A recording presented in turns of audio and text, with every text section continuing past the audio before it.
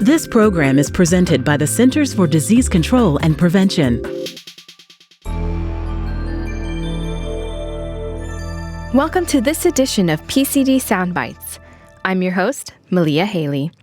Obesity rates among adolescents 12 to 19 in the United States continue to rise and increased from about 15% to about 21% from 1999 to 2000 and 2015 to 2016.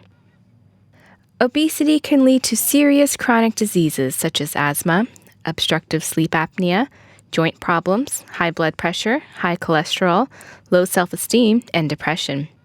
In addition, children with obesity are more likely to have obesity in adulthood, leading to long-term illness and risk of early death. Joining me by phone today is Edward Hu, a junior at Oxford High School in Oxford, Mississippi, and winner of PCD's 2018 Student Research Paper Contest in the high school category. We'll be discussing his winning paper, which looks at obesity among high school students in the United States. Thank you for joining me, Edward. Thank you so much for having me. Edward, tell us about your study. So I conducted a retrospective study using a nationally representative sample of over 15,000 high school students who participated in the 2015 Youth Risk Behavior Survey. I assessed the association between modifiable risk factors and obesity and estimated the population attributable fractions of certain modifiable risk factors. What exactly are population attributable fractions? So a population attributable fraction is an estimate of the proportion of disease, such as obesity, that can be prevented with the removal of a risk factor. What role did this method play in your study, and how did it set your study apart from others? I used the population attributable fraction to find out the estimated proportion of obesity that could be prevented with the removal of certain risk factors. So to my knowledge, my study was the first study to use population attributable fractions to quantify the association between modifiable risk factors and childhood and adolescent obesity in the United States. So you found a number of lifestyle behaviors attributed to obesity among adolescents in your study. Tell us about your findings and why they are so striking. First of all, we found the combination of all modifiable unhealthy dietary behaviors, physical activities, and other lifestyle risk factors is associated with 34.8% of obesity in this population.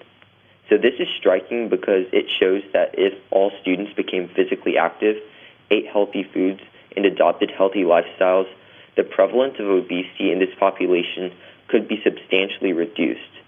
In addition, we found that 42.4% of students did not participate in at least one sports team during the past school year, and this modifiable risk factor had the most substantial contribution to obesity. What did you find when you looked at tobacco use and sleep as risk factors for obesity? We found that tobacco use and having less than 8 hours of sleep are generally both risk factors of obesity. The population attributable fraction associated with tobacco use is 5.73%, and the population attributable fraction associated with a lack of sleep is 1.95%. Did any of your study results surprise you? Yes, actually. We actually observed negative population attributable fractions for a few risk factors. So a negative population attributable fraction indicates that the risk factor is protective. So for example, not drinking milk during the 7 days before the survey showed a negative association with having obesity, with a PAF, or population attributable fraction, of negative 3.73%. So a possible explanation of this is that milk, especially whole milk, contains high levels of saturated fat, which could potentially lead to childhood or adolescent obesity. Also, not eating vegetables also showed a negative population attributable fraction of negative 1%. What led you to study obesity among high school students, and why are you so interested in this topic? So I have always been interested in the topic of obesity prevention. I live in Mississippi, one of the most obese states in the nation.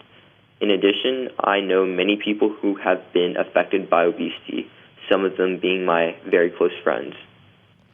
What advice do you have for other students who are interested in public health and research? First, I would advise them to try and focus on a topic area that they're passionate about and that can improve the health of the community. In addition, they should make sure to find a good and supportive mentor. Oh, excellent advice. Thank you, Edward. You can read his study, Obesity Among High School Students in the United States, Risk Factors and Their Population Attributable Fraction, online at cdc.gov/PCD.